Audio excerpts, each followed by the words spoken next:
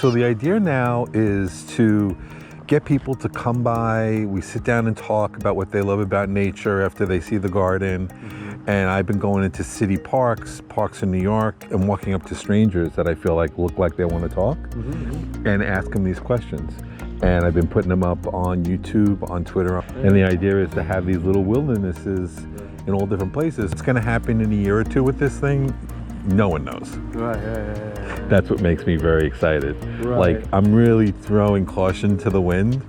And so this sign has been up since Labor Day. Okay. And I've been watching people like walk by. So they have a certain pace when they're in suburbia over here, like right over here. Yeah. And then when they break that plane, they slow down. They're like, what? Yeah. And then they read this, and you can see like their minds like, wilderness area? Yeah. Enjoy a meditative wonder journey? Micron Canyon? What the?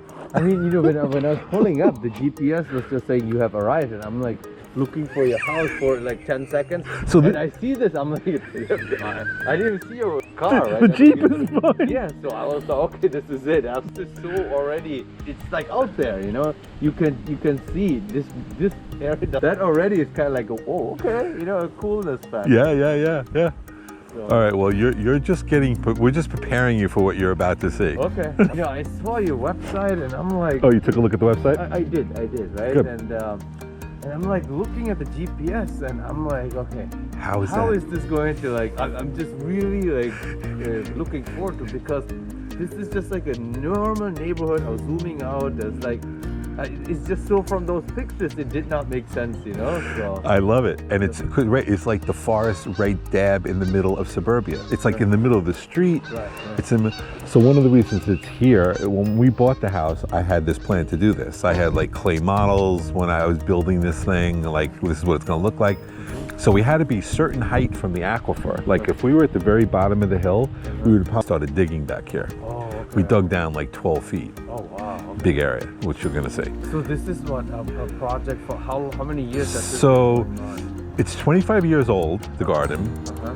But the actual early build was like to do the dig and the retaining walls to get it started. Took like a year, and then the planting took about a year, and then getting all the liners in for the water features, and like another year. Okay. So I would say like 3 years, the bones were pretty much in. Okay. And then like a lot of the little detail, and then I would get into like doing like these sculptures with the rocks and the bars. That was like a year of doing it. But then every year I would get like a thing like, oh, let me do this. So this year is now this thing. Right. When this whole uhlWonder project, I've been planning and working on for about 3 or 4 years. Right. So, you know, and it's just like writing it, coming up with the idea, like, so now you're a honey maker right now.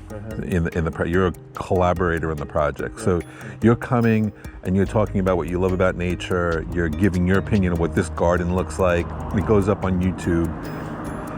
Then there's the hive makers, and there's a whole list. I don't know if you got that far on the collaborator page, but it talks about all these different kind of characters it would take to make a wilderness in a parking lot. Okay. Somebody who can go out and scout mature trees that we would dig up and put into the parking lot.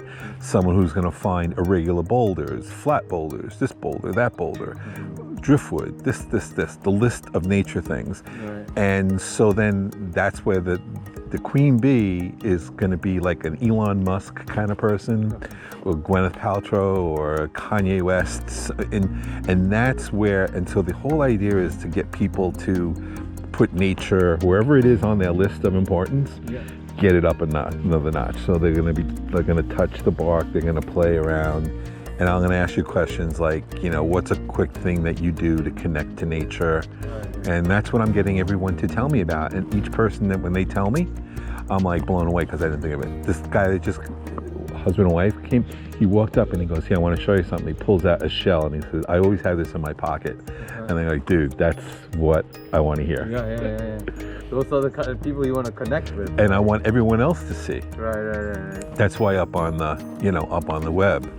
So, yeah, you know, and it's not so much about saving the earth, you know, like that hopefully will be something that does happen. but it's more like this is our time in this magical place, and maybe, you know, we'll be more apt to enjoy it if everyone teaches everybody how they do it. Yeah, yeah. All right, brother. So you want to, you can go first, then I'll get behind you. And yeah, they're all chilling. They all know everything's going on. So you're gonna make a left at the white curtain.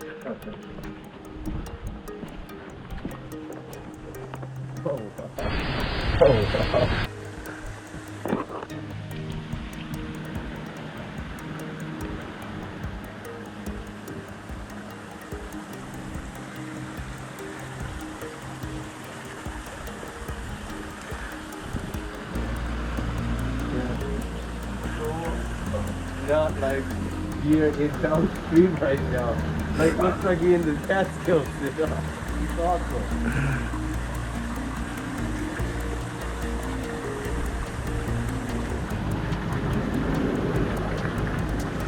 Because that's like 12 down there. Under there is a hot tub. Okay. I stopped using once I found out about the sauna and steam room. Okay, okay. So, yeah, feel free, man. I was going to give you a selfie stick if you wanted to dig video, but do whatever you... Yeah. Nobody would believe this is your backyard, you know? That's so funny. Great. So we dug that. That was the foundation. So that was solid poured concrete. Okay. So we cut that out. The idea was the back of the house had to face south for this to really be effective. Right. So you can see the sun is going in there now. Yeah. And the lower the sun gets, and when the deciduous drop their leaves, the sun like directly hits the floor in the basement halfway in. Okay. So the basement becomes like a legitimate floor. All right. You know, it's not like the basement. It's kind of like the lower level. Right, right, right. So there's that advantage, and it's always changing. You know, it's like this. Like when we have it running full all year round, the ice flows happen because cold air like gets held in the lower area, like microclimes. Right. We have fish. We've had turtles. We've had frogs. The raccoons take the turtles. Right. So we stopped with the turtles, which Right. was sad because it was kind of cool having turtles running around. Yeah. Walk around the back of the berms. There's like a lean-to back there. If you want to like do a night camping, kids like playing around, you can take a look. Okay. It's like a little adventurous, and it's 60 by 40 feet, man. Yeah. You know, like, I mean, I feel like you did great with the amount of The small you space. have, you know? That's it. Yeah. So right there, I think the scaling is kind of what I do well, you know, because when I was thinking about it, I'm like, is this going to look like there's just a hole in the backyard? Right. That's going to suck. Right. So, you know, so I would just like try to focus, like if I make this the right size and then I can add this, and that's what I think kind of works, because it doesn't feel like there's too much of this or too much of that. Right. It's all this one little space. And these trees, right? Were they here? No trees here. These are all our plantings. So all these were planted. Except for the big oak that's on the property line. Okay. That was here. Okay. And then just like, so this guy here, we planted as a clump. Okay. And my idea was I literally cut that off to start dropping, because I wanted timber on the ground, like in a woods. Yeah. And these, like this guy here, these are all archery targets that I painted to take away the targets on them, so that I would have some wildlife back here. Yeah. So we got a mountain lion, we got a bear. Good amount of detail. I like that. A little detail, yeah. And so, for example, a tree like this, when you planted it, how big was it? Yeah, so this was probably like a caliper like this, and maybe 6 feet. It's like usually most stuff was around for that. Wow. I know, it's That's incredible. Amazing. How So you can just see in from- 25 years. That's amazing. And I tell people, like, succession forests, it's like, so if it's a prairie, it's grass, and then the birds come in, they start dropping tree seeds, then the trees grow. And so succession is that once the trees come in, then they shade out the plants below, and those plants go away. And then you get a whole, so the forest matures, and it's called succession. Okay. So this, right when it started, the first succession, this was a butterfly garden. I had like 12 butterfly bush. We had all plants that feed the butterfly egg and all that stuff. And and we planted all the trees around it. And we knew that, you know, once the trees grow up, the butterfly bushes are going to go. Right. But we lived through the whole succession. Right. So this backyard has already gone, in 25 years, has gone through like 3 or 4 major garden changes on its own once you planted it. Right. You know, and then the ivy said, oh, look what I can do. Right. Because he gave me enough shade, I'm just going to go bananas. Right. You know, and so I try to keep the ivy off of the trees. Electric blower that I blow the path so that there's, you know, you can see them. Right. I was going to ask you, the maintenance and like. So that's the maintenance. So you don't, there's no grass every week, Right. but the blowing, now that the trees are this mature, there's a little bit more blowing, but I love the color of the needles, and they just, you know, the bed is like super soft, you know.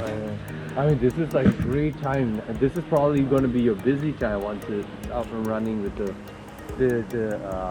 foliage and stuff, right? Yeah. Oh, talking to people? Yeah. I was up in the Adirondacks 4 times this season. Right. And I just got back from the Catskills, so I've been, up there talking to people about this. We actually went 2 weeks ago. We did the Poughkeepsie Bridge Walk in. Oh, yeah. So Over the Hudson. Hudson, right. Yeah. So I actually organized it with a whole bunch of friends. So all the families, but 6 families with all the children and stuff. Beautiful. It was a lot of fun. Oh, you're upstairs? Yeah, little fishies are in there. That's cool. So like that, I made that rock so you can actually sit on that rock there. Okay. And you kind of have your feet in the water. And I made the back, so you can see there's like a backrest to a stone. Okay. So you can actually put your back, get your head on that log, and like nod out a little bit. Right. Little nooks in your garden like that. If you could sit in those nooks once in your lifetime, you'll always remember it. So when you look at it from a distance, it'll remind you of that moment. Right. So like down below there, see that pillow? Oh, yeah.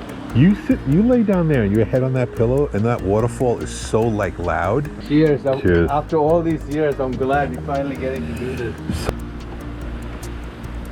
Yeah, just not talking is a good thing.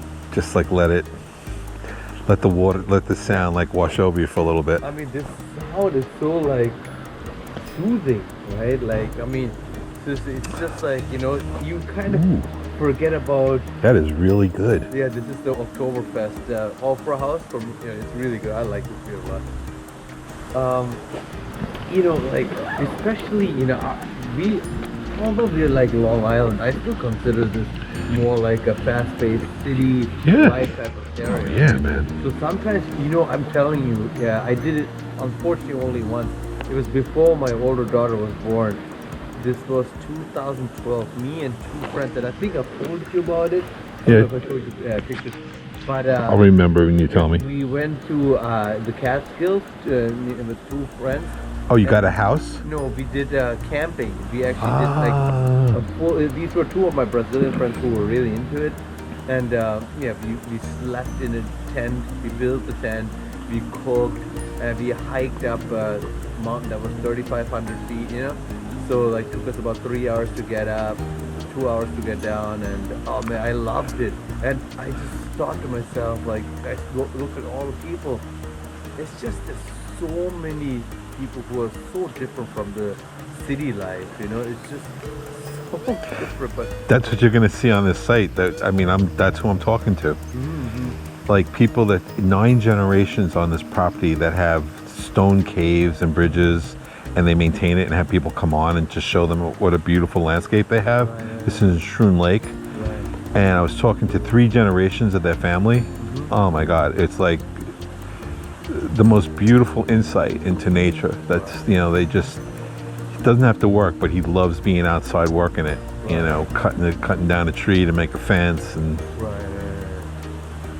yeah, it's in our DNA. It's hard in there, this wilderness thing that, you know, not a man-made.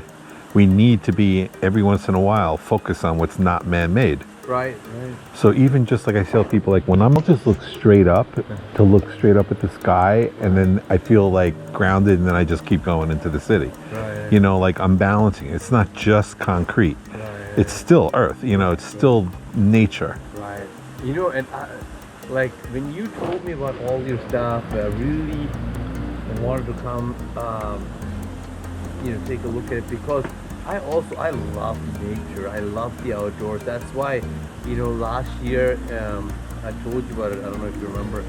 We were gonna go to Greece for our 10-year, but my wife started a new job with moving to Florida and stuff, so we couldn't go to Greece. But a place I always wanted to see because of the beauty of The islands, yeah. was Vancouver. Oh, right. And then from there we did a road trip to a city called Whistler. I don't know. If Oh, yeah, Whistler, sure. it was That's a train, like you take a train up into that? You could take a train up, but Yeah. we actually did a rental car. Oh, okay. And our drive to Whistler, it was like the Sea to Sky Highway, and there was just gorgeous like landscapes everywhere. It's mainly around the water, but they had mountains. They had just beautiful. So these are like pullovers where you get a vista where you could see out into the, Yeah. super elated, like, because everyone's in that beautiful location, Yeah, just like yeah. buzzing from the, buzzing. and, buzzing like, because of where they are. Right, exactly. Enjoying nature, and like you said, there's a big train that people are taking. We decided to do the road trip. Yeah, I heard We about the met train. We met a lot of people who were doing the same, and then getting to Whistler itself was cool because it was the old Olympic city. Yeah. I remember you telling me about your travel stories. You used to travel quite a lot. We did a lot of traveling. We would just stay out. Like, so we did the Europe, North Africa thing, my friend Andy and I, for about a year. Oh, that's awesome. Fifth class all the way, like lean-to, sleeping out, hitchhiking, Right. moving really slowly, Right. staying in one place a month, another place a month. Do you feel your relationship with nature has been growing your whole life? Because some people say at the beginning of my life, it was all nature because I lived in the woods, and then I moved to the city. How do you feel about that? Do you always feel the same way, or is it changing? Okay, so in Germany growing up, I've always been a city boy, right? So we grew up in a big city. Like, I've always been like an outdoorsy guy, and it's always been growing, and my love for the nature, and going different places and seeing how different parts of the world are, like looking different, feeling different, smelling different. I always loved it, So you base a lot of your vacations on a natural place that you're going, like what you said with Whistler? Absolutely. Whistler, Yeah. Iceland, we were. Oh, Iceland. Remember when you told me you were going to Iceland, I think you probably saw me doing flips. Right, like I need to like get in and get dirty, and my wife is I the do. same way. That's good. So we did. Yeah, so show me something unique. I mean, I love your ocean, but where's like that lagoon that, I want to see the lagoon, or I want to see, Right. yeah, like if you go to Puerto Rico, man, you could just keep seeing different things in nature, Yeah. Yeah. or places like that. Right. Exactly. Not Puerto Rico. Oh, you know what? It was Hawaii, where we were there for a week of our first wedding anniversary, and we did scuba diving. As you get under the surface, Yeah, exactly. it's like this other world. It's a different world, right? And I was telling my friends, and they're like, no, we don't want to do something like crazy like that. Wait, why do you think? Because a lot of them don't know how to swim. Okay. Which it's not. You don't need to be a swimmer, but I'm so glad that my wife is actually adventurous. For a lot of them, it's just the fear. Do you think fear of nature affects the way we can connect with nature? And there's two sides to the subject, I think. It's like, since we have less to fear because of like, we pretty much know that we're not going to get attacked by a bear here or a wolf, but in our subconscious, we remember the wolf and the bear. And then the other thing is like, we could be fearing like spiders and ticks and insects, or now you just added not being able to swim. Right. So you would say yes. Yes, actually, even right before you mentioned all this, just when you asked the question, first thing I thought about was the camping experience I told you about. Yeah. I was telling some other friends that we're going to do actual camp with a tent in the wilderness in the Catskills. Yeah. And right there, a few guys were like, drop right out. Yeah, no, I don't want to get attacked by a bear or whatever, right? So the fear is real, actually, right? Yeah. when we were And it's based in reality. right. Yeah. When we did the hike up that mountain, you know, one of the friends, he bought a big bear spray. Oh. You can buy like Yeah, a yeah, bear yeah, spray. But then we ended up forgetting it. But like, so we Googled how to handle, you know, like going hiking up a mountain. So we had some idea how, like, if we can see too far, we can clap. Yes. We can warn the bears. Yes. You know, like not surprise them and stuff. That's the bottom line. You don't want to surprise them. right. So, but again. Or do something really ridiculous, like Right. chase them or whatever. Right. Try to get a selfie with them. Yeah. Did you see? I think it was this past week. There was a jogger in Utah who got chased by a mountain lion. You didn't see that? That made national news. What happened? It starts chasing him, but this guy, he was so cool and calm under pressure, and he started recording. It's crazy. Hold on. So what was on the critter's mind? Like dinner? You gotta. This is great how he's talking it out. Mm-hmm. That's calming him down too. Great composure. I can't believe why is he still walking after him? I would love someone to tell me why that's happening. Probably protecting the kids. Yeah, but we're far away now.